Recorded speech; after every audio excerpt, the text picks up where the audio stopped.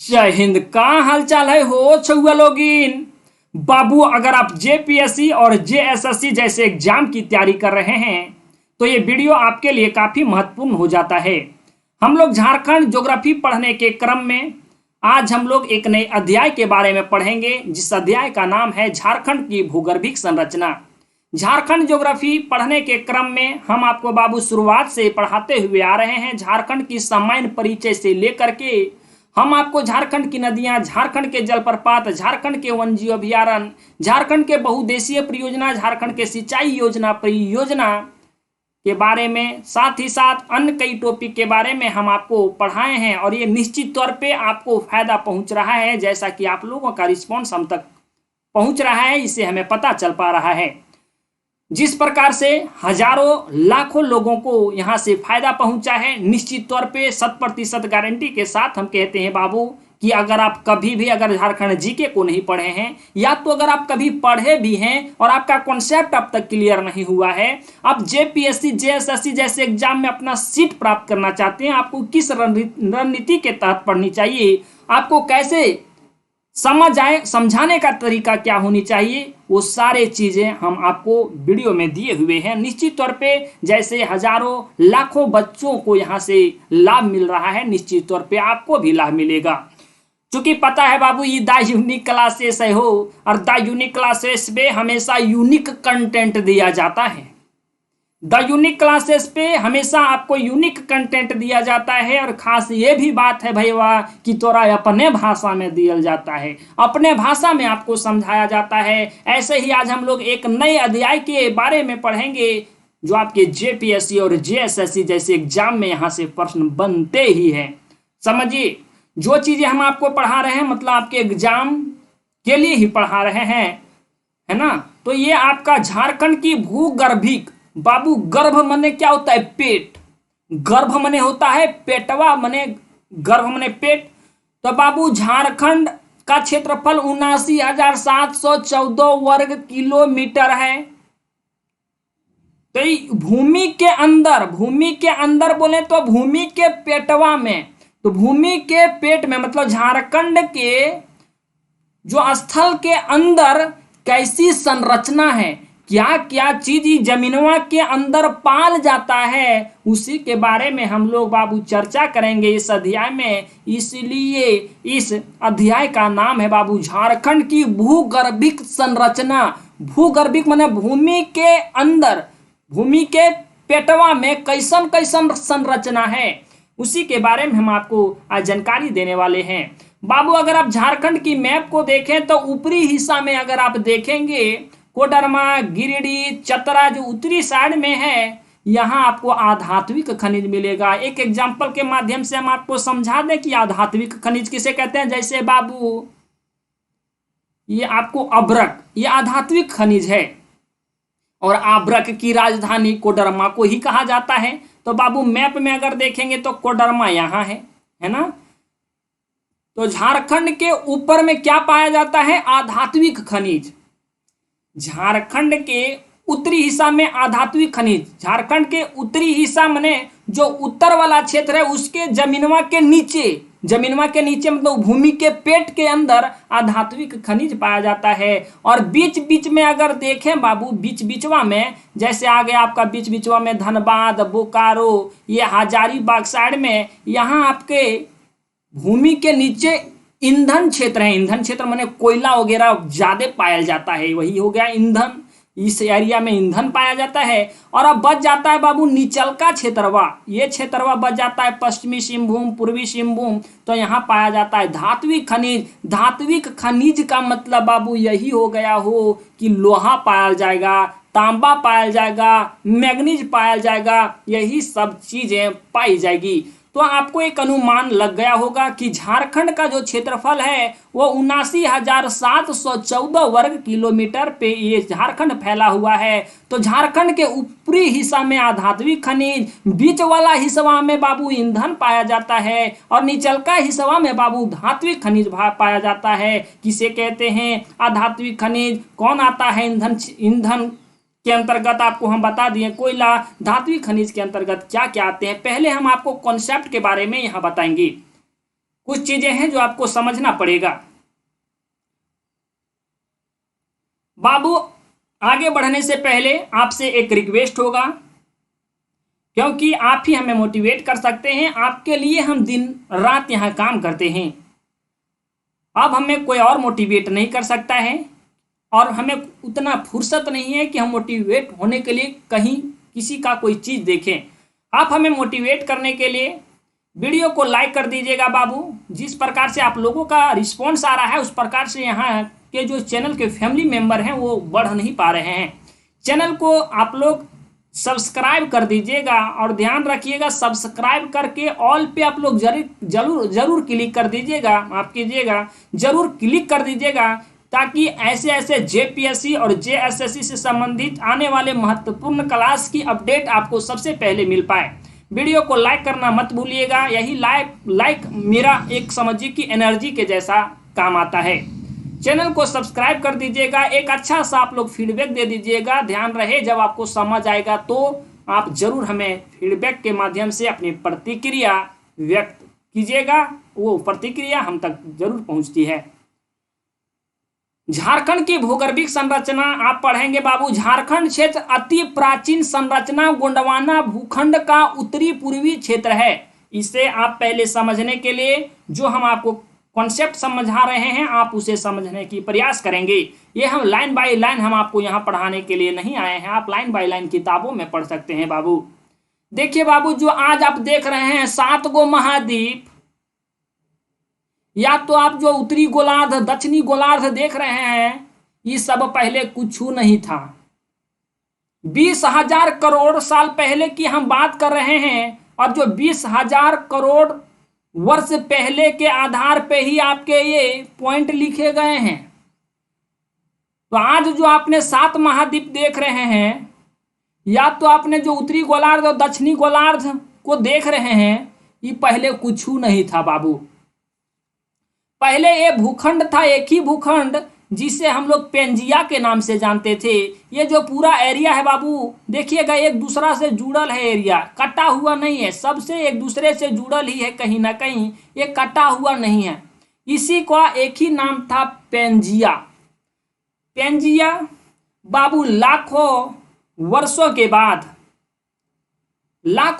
के बाद ये जो पेंजिया है वो 2 भागों में टूट जाता है, और टूटने के बाद इसके उत्तरी भाग को लोरेशिया कहा जाता है, और दक्षिणी भाग को गोंडवाना कहा जाता है। ध्यान दीजिएगा, हम क्या बताने की कोशिश कर रहे हैं कि बाबू पहले जो था एक वो भूखंड था। अब प्राकृतिक चीजें हैं बाबू, हलचल तो होगी ना, अंदर हलचल होगी, हलचल माने अपर्दन की क्रिया तो होना स्वाभाविक सी बात है।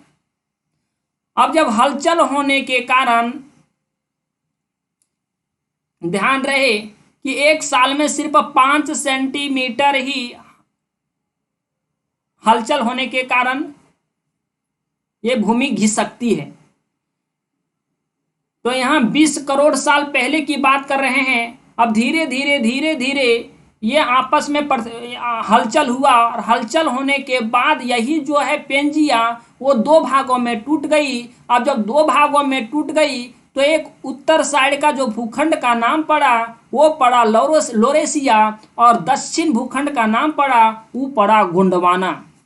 अब बाबू जब यही चीज 2 भागों में टूट गया हो, तो इसके बीच का भी तो कोई क्षेत्र बना होगा ना। अब जब बीच का जो क्षेत्र बना, इसमें पूरा बाबू पानी भर गया। अब खाली जगह में हवा भरेगा या पानी भरेगा? अब पानी भर गया। अभी जब पनिया भरा तो यहाँ इसको लोग कह दिया सागर, और इस सागर का नाम रख दिया तेथिस सागर।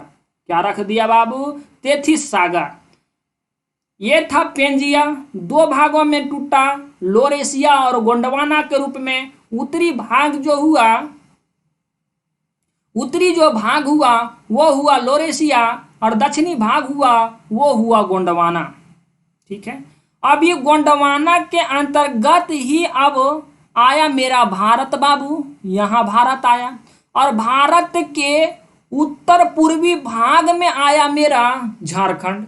तो यही चीज वहां हम यहाँ लिखे हैं कि झारखंड क्षेत्र अति प्राचीन संरचना, अति प्राचीन संरचना की ही तो बात हो रही है। अरे भाई 20,000 करोड़ वर्ष पहले की बात हो रही है।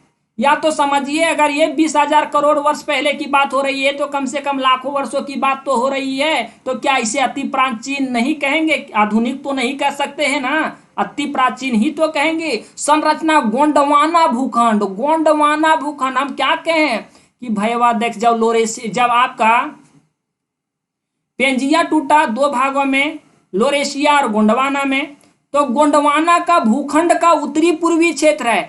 आपको बताएं कि गोंडवाना में आपका गोंडवाना के अंतर्गत भारत है और भारत के उत्तर पूर्वी भाग में ही झारखंड है। तो यही चीजें वाले लिखे हैं कि झारखंड जो क्षेत्र है भाई वो अति प्राचीन संरचना गोंडवाना भूखंड का, भूखंड गोंडवाना ये है तो गोंडवाना भूखंड का उत्तरी पूर्वी क्षेत्र है। उत्तरी पूर्वी क्षेत्र मतलब यहाँ भारत है, तो भारत का उत्तर पूर्व में झारखंड स्थित है।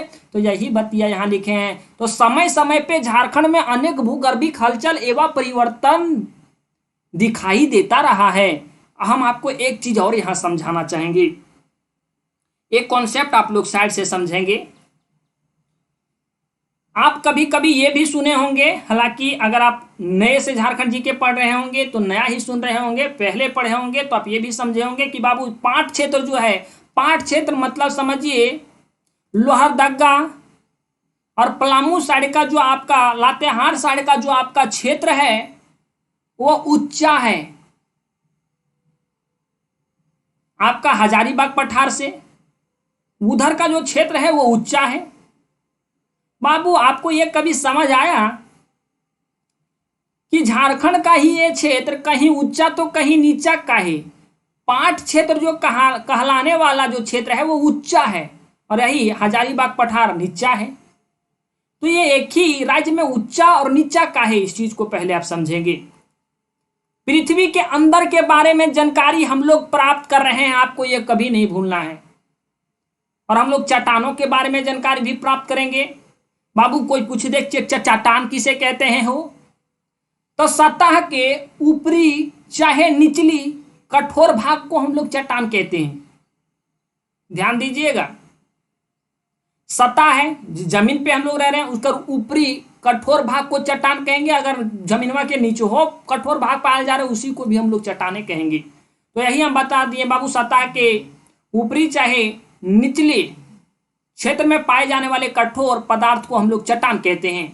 हम आपको ये बताने की कोशिश कर रहे थे कि झारखंड में बाबू एक पाट क्षेत्र कहा जाता है। पाट क्षेत्र मतलब उच्चा भूमि, या उच्चा भूमि तो कहीं कहीं नीचे भूमि भी पाई जाती है। जमीनवा तो एक ही है लेकिन उच्चा और नीचा काहे पाया जाता है, समझिएगा। ये आपका अंदर की बात है। अंदर की बात मतलब हम लोग झारखंड के भूमि के अंदर की बातें पढ़ रहे हैं बाबू। ये लाखों करोड़ों वर्षों पे ये घटना घटती है। एक ऐसे भूमि के अंदर प्लेटें होती है, जब एक प्लेटें इधर से जा रही होती है, एक प्लेटें इधर से जा रही होती है, ये प्लेटें लाखों करोड़ों वर्षों के बाद आपस में टकराती है।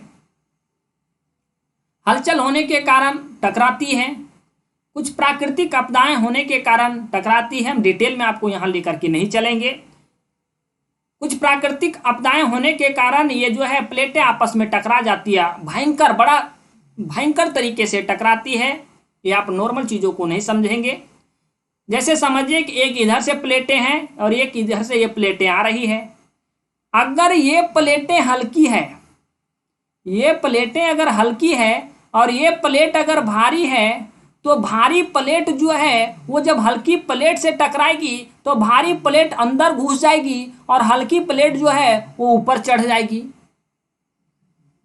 चीजें समझ आ गई? आए भाई, जब ये ऊपरी प्लेट है तो जमीन में ना, जमीन में के अंदर ना हो रहा है, और जब ये ऊपरी हल्की प्लेट जब ऐसे आई और ये छटक करके ऊपर चली गई तो इसके ऊपर जमीन भी तो है, तो जमीनों पे भी तो प्रभाव पड़ेगा और जमीनों को कम धकेलने का काम करेगा। और जब धकेलने का काम करेगा तो यहाँ का जो भूमि है वो ऊपर उठ जाएगा कि नहीं उठ जाएगा।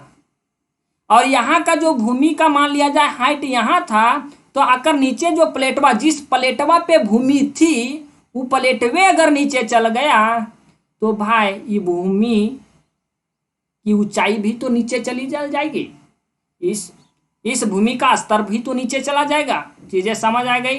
तो यही घटना घटी बाबू कि जब लाखों करोड़ों वर्षों के बाद, आप यही कहेंगे ना कि जब लाखों करोड़ों वर्षों के बाद जब आपस में प्लेटें टकराई होगी, तो जो पाट क्षेत्र जो आज दिख रहा है उसके अंदर ऐसी एक हल्की प्लेट होगी और वही हल्की प्लेट भारी प्लेट से टकराई होगी, तो हल्की प्लेट वह छटक गई होगी, और छटक जाने का मतलब ये है कि ऊपर इस पे चढ़ गई होगी, तो यहाँ का एरिया भी ऊपर चल गया होगा। भाई जैसे हम अभी कोई कुर्सी पे बैठे हुए हैं, यहीं की प्लेट अगर टकरा करके नीचे घुस जाएगी तो हम भी नीचे घुस जाएंगे। चीजें समझ आ गई आपको।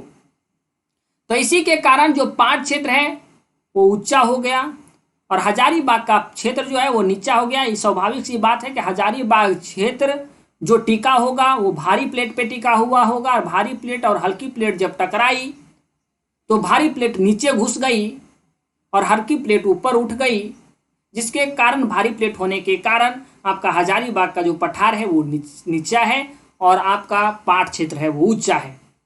थोड़ा सा आप चीज़ों को और समझेंगे, यहाँ पॉइंट है। यहाँ आए हो भाई, अगर भारी प्लेट यहाँ नीचे घुस गई तो यहाँ बाबू जंगल भी जंगल से भरा हमारा क्षेत्र है झारखंड हो, तो अगर ये अंदर घुसी तो अपने साथ पेड़ पौधा को लेकर के भी घुसी होगी।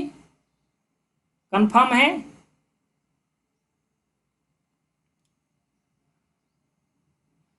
और हमारा जो पृथ्वी है, पृथ्वी के अंदर बाबू अभी लावा धधकता है, आग धधकता है, और आग धधकता है तो इधर से जब ये भारी प्लेट इस पे टकराई होगी तो इधर से लावा जो है फोर्स मारा होगा और ऊपर फेंक दिया होगा, और ऊपर फेंक दिया होगा, लावा आकर के यहाँ जमा हो गई होगी, और लावा जब आगे जमीनवा के ऊपर आ गई होगी, और ये तो पहले लिक्विड अवस्था में थी बाबू, और जब ये ठोस अवस्था में आई तो एक परत की निर्माण की होगी, और इसी परत को हम लोग आज कहते हैं बाबू राजमहल की पहाड़ी। चीजें समझ गया। राजमहल की पहाड़ी का निर्माण लावा के उद्गार से हुआ है, मतलब लावा के निकलने से हुआ है। हम आपको बताएं कि हम लोग ऊपर न रह रहे हैं मैंने ठंडा और गर्म से, लेकिन जो जमीनवा के अंदर भी बाबू कई प्रकार के गैस हैं, और यही गैसें आपस में जब अभिक्रिया करते हैं तो आज भी भूमि के अंदर धधकता है। क्या करता है? धधकता है, धधक रहा है आज भी। और जब धधक रहा है तो लावा यहाँ है, और लावा पे आके इधर से जो भारी प्लेट आया इस पे फोर्स मारा, और यही अब लावा ऊपर गई, और जब जगह मिला तो ऊपर फेंक दी होगी बाबू, सतह से ऊपर चली गई होगी, और वैसे जगह पे ये फेंकेगी जहाँ का भूमि कमजोर होगा, सतह कमजोर होगा। तो बाबू राजमहल का सतह कमजोर था और यहाँ ये लावा बाहर आ गई, और लावा के पसरने के कारण अब जो है, पहले तो ये लिक्विड अवस्था में थी, जब बाहर आई तो ठंडा ये हुई और ये अपना एक कठोर भाग बना ली। इसी को हम लोग राजमहल की पहाड़ी कहते हैं।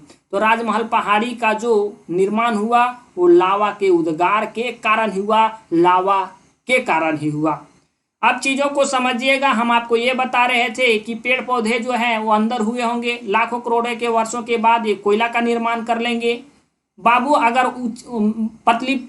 आपकी हल्की प्लेटें और भारी प्लेटें जब टकराती है तो उच्च भूमि का कहीं कहीं निर्माण करती है, जैसे पाट क्षेत्र हो गया बाबू। नदियां पुनर्जीवित भी हो जाती है, समझिए बाबू। मान लिया जाए यहाँ से नदी कोई छोटी मोटी निकल रही थी, पनिया इसका इतने में जमा होकर के रह जा रहा था, लेकिन जब ये भारी प्लेट और हल्की प्लेट आपस में टकराई तो हल्की प्लेट के जगह का जमीनवा ऊंचा ना हो गया बाबू, और हल्की प्लेट के ऊपर जो जमीनवा था वो तो नीचे हो गया। अब ये नदियाँ जो पनिया यहीं जम रही थी, अब इसको बहने का मौका मिल गया ना, काहे कि ऊंचा से ढलान की ओर तो बहबे ना करेगा पनिया हो। अब तो यहाँ इसको अब मौका मिल गया, तो जब मौका मिल गई पनिया को ऊपर से नीचे आने में, तो हम कह सकते हैं कि अगर ऐसी ऐसी घटनाएं घटती है तो नदियाँ पुनर्जीवित भी हो जाती है, माने पुनः जीवित हो जाती है। जो नदियाँ मरल थी अब उनको जगह मिल गई।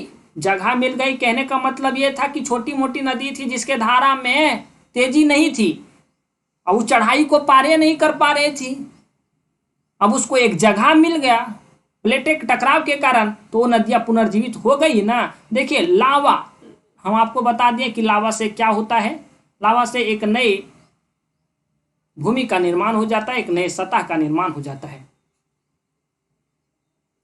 आप इस चीज को हम आपको समझा दिए कि प्लेटें टकराने के कारण कौन कौन सी घटनाएं घटती है और कौन कौन सी चीजें का निर्माण होता है। कोयला का उच्चा क्षेत्र का नदियों पुनर्जीवित हो जाती है, और लावा का भी, लावा के माध्यम से कोई सतह का निर्माण हो जाता है। इस चीज को अब बेहतर ढंग से आप समझेंगे। एक चीज हम आपको यहीं और पर बता देते हैं।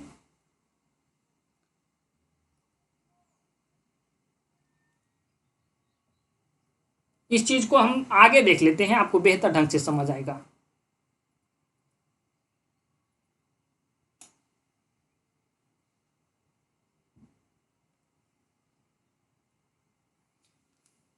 ध्यान दीजिएगा बाबू, आर्कियन चट्टाने कई प्रकार के होते हैं। धारवाड़ चट्टान होते हैं, आर्कियन चट्टान होते हैं, आपके अवसाद चट्टान होते हैं, अवसादी चट्टान जिसे आप लोग कहते हैं।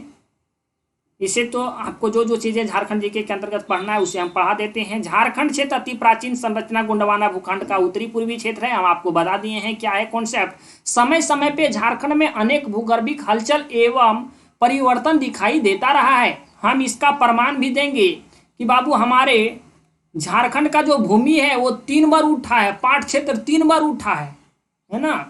पहले 1000 फीट इसकी ऊंचाई, फिर 2000, इस टाइप से हुई है इसकी ऊंचाई। तो हम लोग कहेंगे कि प्लेटों के हलचल होने के कारण यहाँ की जमीनें अगर उठ रही है तो इस प्रकार से यहाँ प्लेटें कई बार टकराई है। तो यहाँ यही हम कहेंगे कि भूगर्भिक हलचल, भूगर्भिक माने भूमि के अंदर हलचल कई बार हुई है। झारखंड क्षेत्र के आधार का निर्माण आर्कियन युग की प्राचीन चट्टानों से हुआ है। इसमें ग्रेनाइट, नीस, शिस्ट प्रमुख हैं। देखिए चीजें हम आपको यहाँ समझाने की कोशिश कर रहे हैं, ये आपको कॉन्सेप्ट आगे क्लियर हो पाएगा। हम आपको बताएं कि बाबू भूमि के ऊपर ना हम लोग रह रहे हैं, भूमि के नीचे कई प्रकार के गैस है जो आज भी धधक रहे हैं। और वहां लावा मतलब ज्वालामुखी जब फटता है तो अपने साथ लावा लेकर के आता है। लावा का भी उद्गार होता है ना। लावा का उद्गार होता है और लावा जब वही ठंडा हो जाता है तो इसी उसके द्वारा लावा के द्वारा बनाए गए हम लोग क्षेत्र को लावा का सतह कहते हैं या ज्वालामुखी का सतह कहते हैं। जैसे राजमहल का क्षेत्र है ना। और अगर यही जम जाता है, यही जब जम जाता है कठोर भाग का रूप ले लेता है तो इसी को हम लोग आर्कियन चट्टाने कहते हैं। आर्कियन चट्टाने कहते हैं।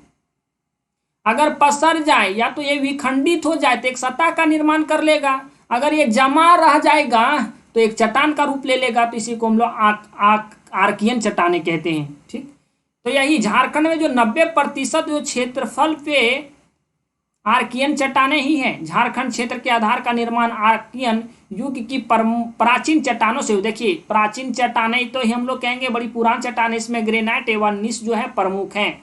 कुछ प्रमुख अवसाद के रूप में ग्रेनाइट एवं नीस हैं।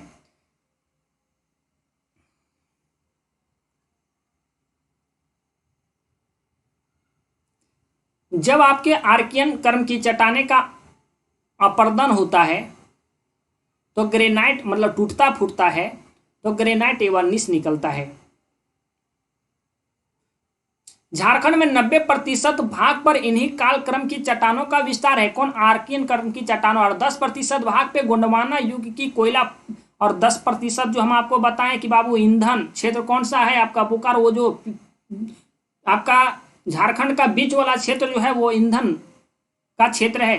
विंध्यन युग की बलुआ परत, मतलब 90% जो आर्कियन कर्म की चट्टाने हमारे झारखंड में हैं, और 10% जो है 10% में गोंडवाना युग की कोयला प्रधान चट्टाने है ना। विंध्यन युग की बलुआ पत्थर, चूना पत्थर, राजमहल ट्रैप, लेटराइट मिट्टी और नदियों द्वारा निक्षेपित जलोढ़ मिट्टी, ये सारे जो जितने भी आ रहे हैं वो 10% के अंतर्गत आ रहे हैं। मान लिया जाए हमारे झारखंड का पूरा क्षेत्रफल 100% है तो 100% में 90% पे जो फैलाव है वो आर्कियन कर्म की चट्टानों का ही फैलाव है। 10% पे ही आपका जलोढ़ मिट्टी आ रहा है, लेटेराइट मिट्टी आ रहा है, चूना पत्थर आ रहा है, राजमहल मतलब 10% के एरिया में लोग फैला हुआ है। हम लोग जो आज पढ़ेंगे वो आर्कियन क्रम की चट्टानों के बारे में पढ़ेंगे, धारवाड़ क्रम की चट्टानों के बारे में पढ़ेंगे, विंध्यन क्रम की चट्टानों के बारे में पढ़ेंगे, गोंडवाना युगीन चट्टानों के बारे में पढ़ेंगे, राजमहल ट्रैप के बारे में पढ़ेंगे। और हमारे झारखंड में कुछ ऐसे क्षेत्र हैं जिसका उत्थान हुआ, समय समय पे वो ऊपर उठता चला गया, अंदर में प्लेटों का हलचल हुआ तो ऊपर उठता चला गया। और आज हम लोग नवीनतम जलोढ़ निक्षेपण मतलब जलोढ़ मिट्टी की संरचना के बारे में भी आज हम लोग पढ़ेंगे।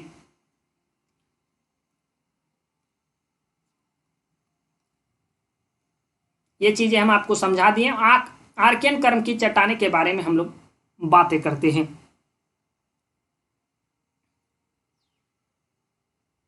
आर्कियन क्रम की चट्टाने को समझने से पहले आप अगर इस इमेज को समझ लेते हैं, बाबू ज्वालामुखी को आपने फटते हुए देखा होगा, नहीं देखा होगा तो आपको कई वीडियो मिल जाएंगे ज्वालामुखी कैसे फटता है उसके संबंध में।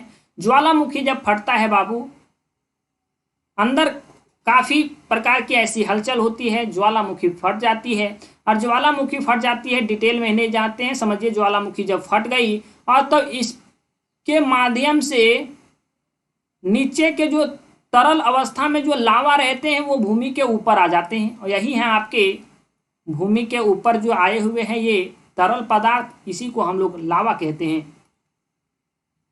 ये जो है ये लावा है। अब ये लावा अगर पूरा बिछ जाता है, पसर जाता है, तो एक सतह का निर्माण करेगा, इसी को हम लोग कहेंगे लावा सतह, या तो ज्वालामुखी सतह भी कहेंगे।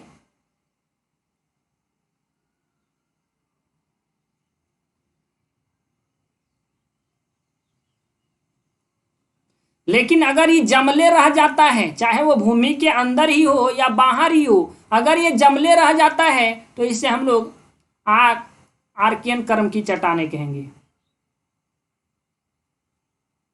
आर्कियन क्रम की चट्टाने कहेंगे।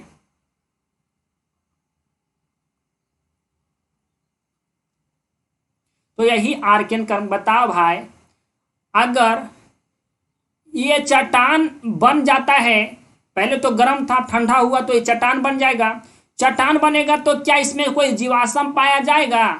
अरे जीवाश्म क्या बाबू, सब मर जर जाएगा। सब मतलब जमीनवा के ऊपर में जैसे आया ना, जैसे ऊपर में आया होगा, जितने भी जीव जंतु पाए गए होंगे, छोटा मोटा की मैंने कीड़ा मकोड़ा, उसको तो जला के राख कर दिया होगा। अगर जला के राख कर दिया होगा तो ये जो आपका पत्थर है, इसे हम लोग कहेंगे कि ये जीवाश्म रहित है, मतलब इसमें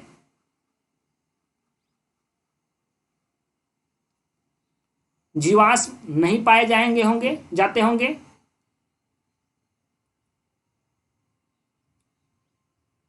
इस चीज को आप लोग लाइन बाय लाइन यहां चीजों को देखेंगे।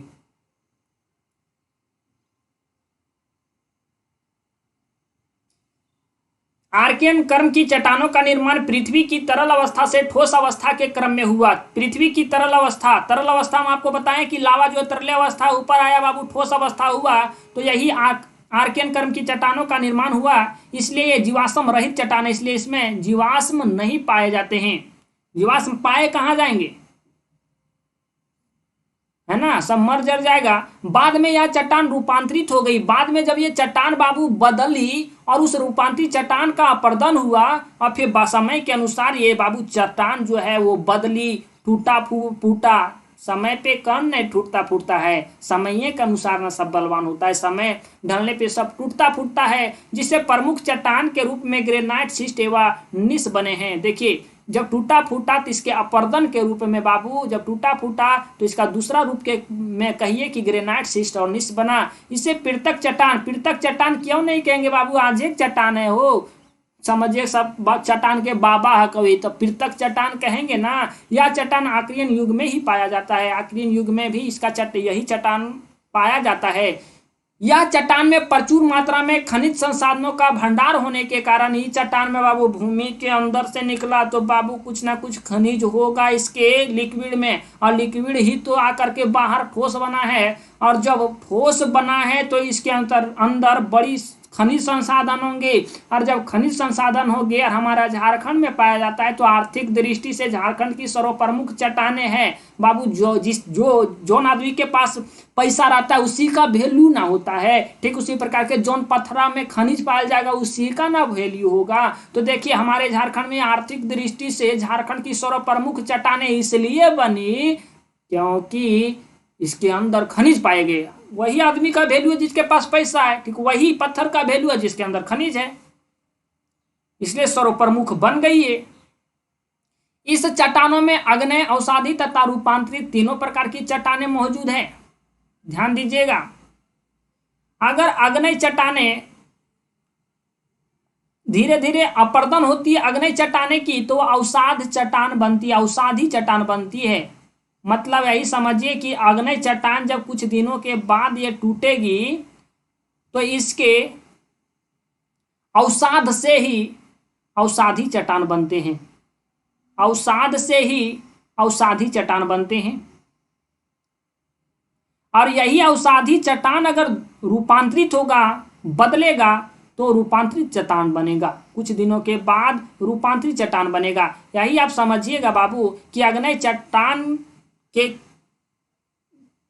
हजारों वर्षों के बाद अवसादी चट्टान बनते हैं, फिर अवसादी चट्टान के बाद रूपांतरित चट्टान बनते हैं। लेकिन ध्यान रहे कभी कभी आग्नेय चट्टान रूपांतरित चट्टान भी बन जाते हैं।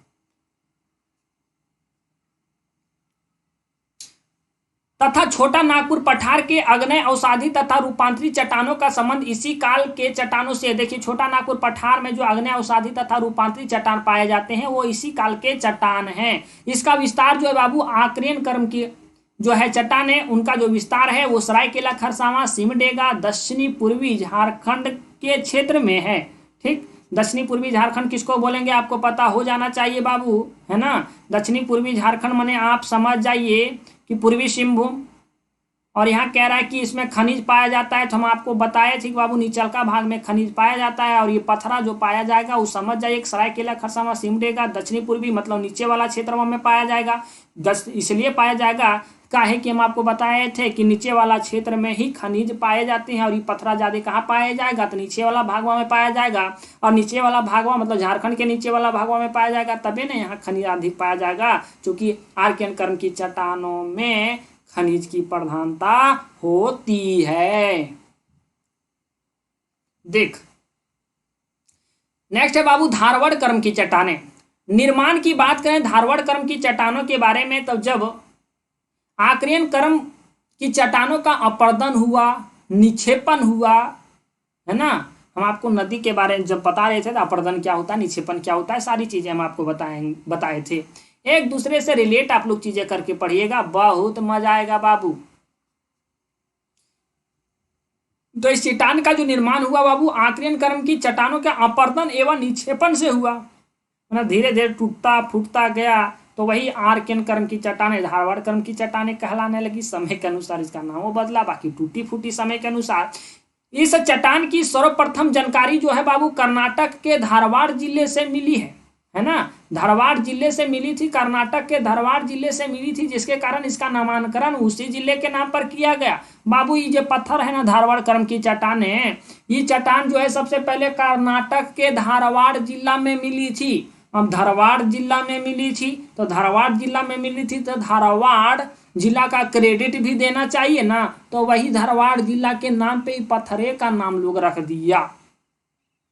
झारखंड में मुख्य तौर पे इसका विस्तार जो है वो कोल्हान क्षेत्र में होने के कारण इन्हें कोल्हान क्रम की चट्टानें भी कहा जाता है। ध्यान दीजिएगा, ये कोल्हान क्रम की चट्टानें भी कहा जाता है, क्योंकि कोल्हान क्षेत्र कहेंगे तो बाबू कोल्हान प्रमंडल कह दीजिए। आपके इसमें 3 जिले आते हैं, पश्चिमी सिंहभूम, पूर्वी सिंहभूम और सरायकेला खरसावां। ये सारे क्षेत्रों में इस पत्थर का विस्तार है, मतलब पाया जाता है। यह चट्टानें जीवाश्म रहित है, इसमें भी ज्यादा जीवाश्म पाया जाता, जीवाश्म रहित है ना।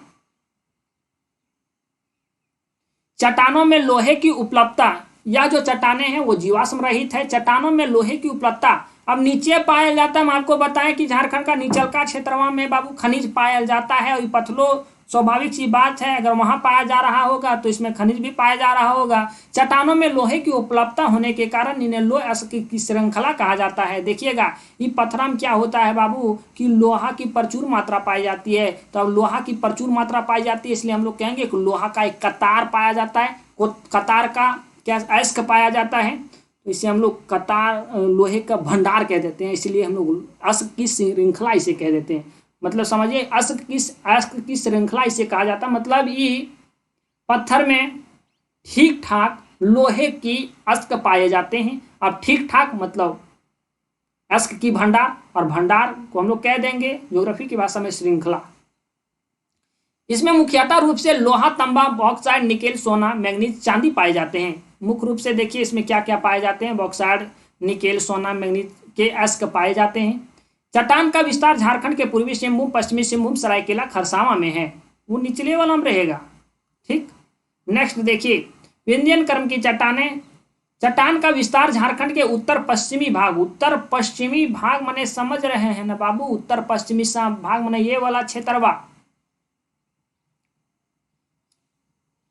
उत्तर पश्चिमी भाग मतलब यही वाला क्षेत्रवा ना आपका, लातेहार समझ लीजिए, आप गढ़वा देख लीजिए।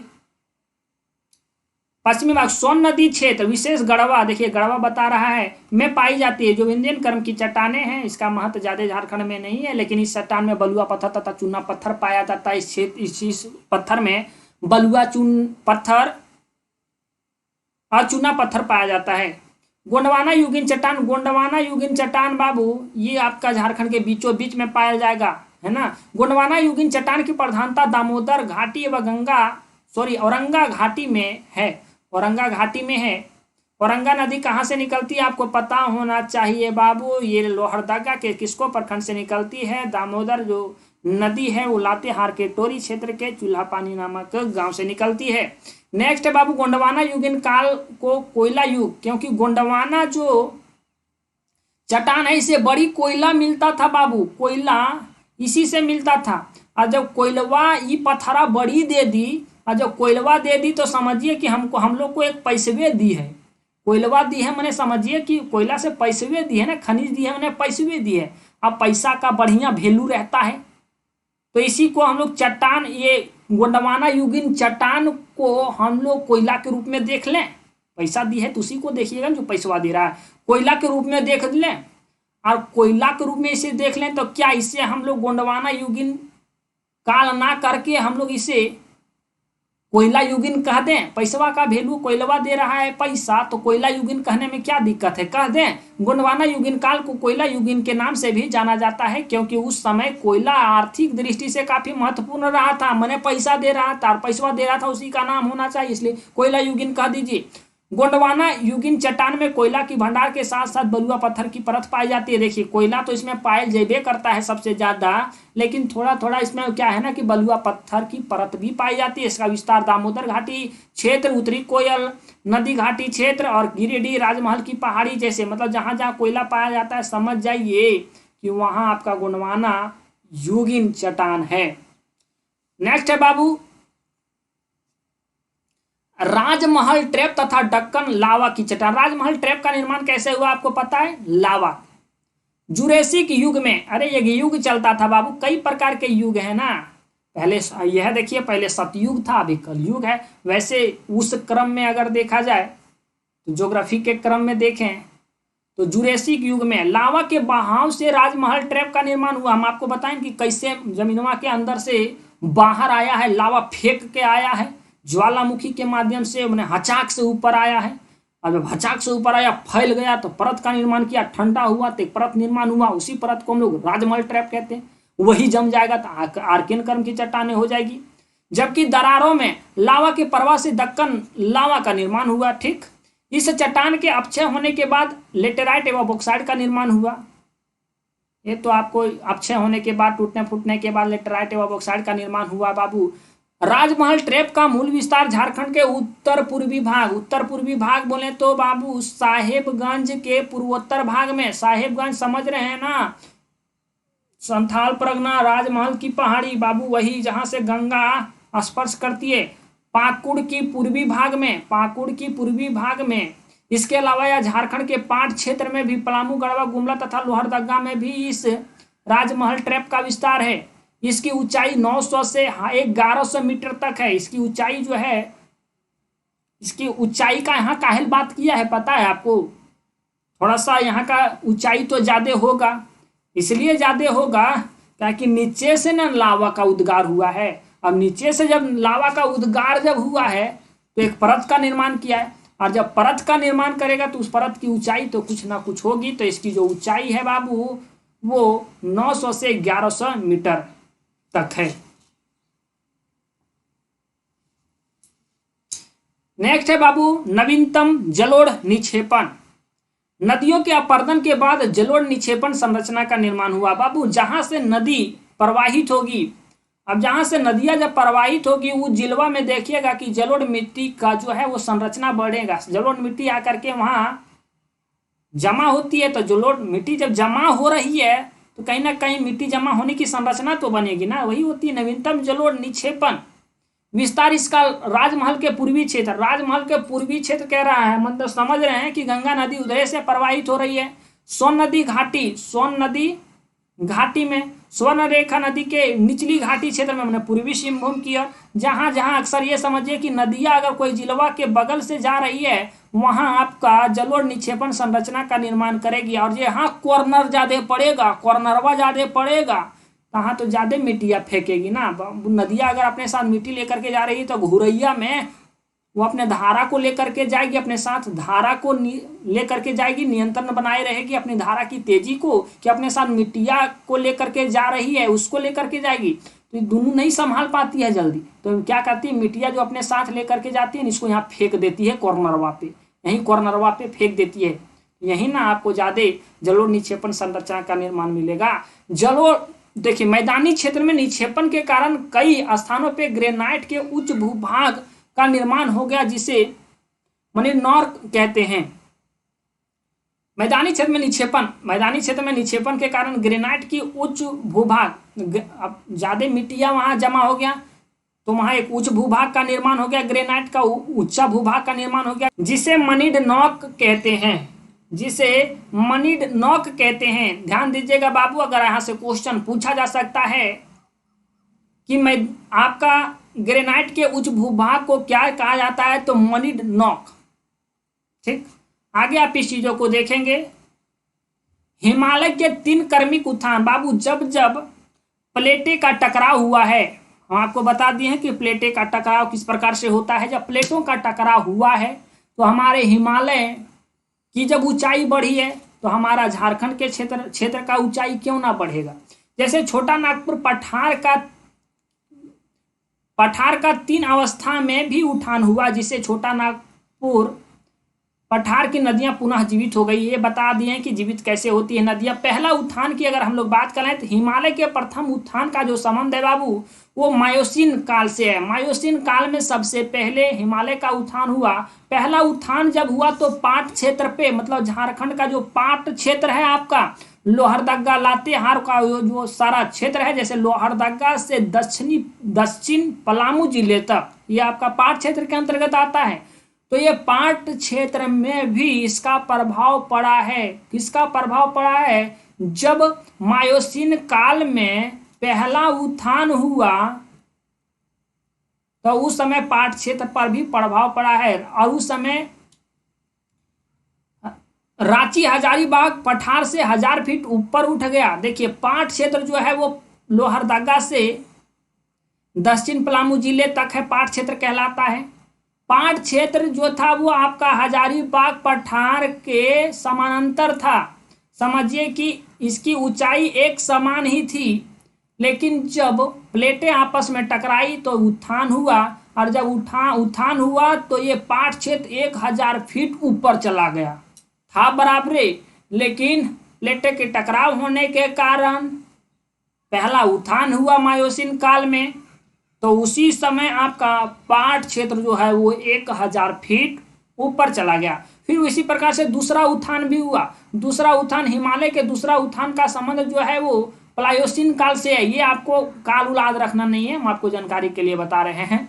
रांची हजारीबाग पठार जो 1000 फीट ऊपर गया। देखिए अबर क्या हुआ कि हजारीबाग जो रांची हजारीबाग पठार है वो 1000 फीट ऊपर चला गया। अभी जब हजारीबाग और रांची का पठार 1000 फीट ऊपर चला गया तो पाट क्षेत्र अबर 2000 फीट ऊपर चला गया। 1000 तो पहले से गेले था, 1000 और चला गया तो 2000 फीट ऊपर चला गया। मैंने पहला जब उत्थान हुआ तो रांची हजारीबाग पठार पे कोई प्रभाव नहीं पड़ा तो सिर्फ पाट क्षेत्र पे पड़ा, और पाट क्षेत्र पे पड़ा तो 1000 फीट ऊपर चला गया। अगर दूसरखा उत्थान हुआ तो हजारीबाग और रांची पठार पे भी प्रभाव पड़ा। जब हजारीबाग और रांची पठार 1000 फीट ऊपर चला गया तो पाट क्षेत्र इससे डबल चला गया, 2000 फीट ऊपर चला गया। तीसरा उत्थान की बात करें तो हिमालय के तीसरा उत्थान का संबंध जो है वो प्लीटोस्टोसीन काल से है। पाट क्षेत्र इसमें क्या हुआ, तीसरा उत्थान में पाट क्षेत्र जो है वो 3000 से 3600 फीट ऊपर चला गया, और रांची और हजारीबाग क्षेत्र जो है 1000 से 2000 फीट तक गया। 2000 फीट तक हजारीबाग और रांची पठार गया, लेकिन पाट क्षेत्र जो है वो पहले से 2000 है ये था और 3000 से ऊपर भी चला गया, लगभग 3600 फीट तक। तीसरे उत्थान के बाद यहाँ की नदियां पुनर्जीवित हो गई, जिसे अपर्दन चक्र में तेजी आ गई। देखिए हम आपको बताएं कि जब किस प्रकार से नदियां पुनर्जीवित हो जाती है, वह ढलान मिल जाता है, प्लेटों के टकराव के कारण कई भूमि जो है नीचे चली जाती है, कई भूमि की सतह ऊपर चली जाती है। तो ऐसे में नदियां को एक सही रास्ता मिल जाता है, क्योंकि ऊपर से नीचे में पानी का बहाव तो होना एक स्वाभाविक सी बात है, तो ये पानी का बहाव तो होगा ही होगा, और ये मिट्टी का फिर धीरे धीरे अपर्दन करेगी। जब पानी का लगातार एक निश्चित रास्ते के माध्यम से होगा तो उसके आसपास कितना मिट्टी ना होगा बाबू, धीरे धीरे वो मटिया के काटबे ना करेगी, धीरे धीरे मटिया का अपर्दन करबे ना करेगी। तो इसीलिए हम लोग कहते हैं इसे अपर्दन चक्र में तेजी आएगी, माने थोड़ा थोड़ा मिट्टिया काटबे करेगी, मिट्टी का अपर्दन होबे करेगा धीरे। आप देखिए इस आंकड़ा को, झारखंड की भूगर्भिक संरचना जो है इसका डायग्राम आप देखेंगे, हम आपको सारी चीजें डिटेल में हम आपको बता दिए हैं। देख भाई ये है आक्रियन कालीन चट्टान, इसे दो भागों में आप लोग देखिएगा, आक्रियन क्रम धारवाड़ क्रम में ये बटी। आक्रियन क्रम के जो प्रमुख हैं वो ग्रेनाइट शिस्ट एवं नीस हैं। धारवाड़ क्रम की चट्टानों में बात किया जाए तो प्रचुर लोह की मात्रा इसमें पाई जाती है। विंध्यन क्रम की चट्टानों को अगर देखें तो इसमें बलुआ पत्थर एवं चूना पत्थर की प्रचुरता है। गोंडवाना क्रम की चट्टानों की बात करें तो बाबू ये तो ईंधन वाला चट्टान है, मतलब कोयला वगैरह तो पायल जेबे करेगा, और ये आपके झारखंड के बीचों बीच क्षेत्र में पाया जाता है। ये सारे जो उत्थान हुए हैं वो सीनोजोइक क्रम में हुए हैं। हिमालय का उत्थान हुआ पहला, दूसरा, तीसरा, हम आपको बता दें कि 3 बार हिमालय का जब उत्थान हुआ तो झारखंड के कौन कौन ऐसे क्षेत्रों पे इसका प्रभाव पड़ा। राजमहल ट्रैप की बात करें तो यहाँ लेटेराइट एवं बक्साइड की जो है वो प्रचुर मात्रा में उपलब्धता है। नवीन जलोढ़ को हम लोग कहते हैं मनिड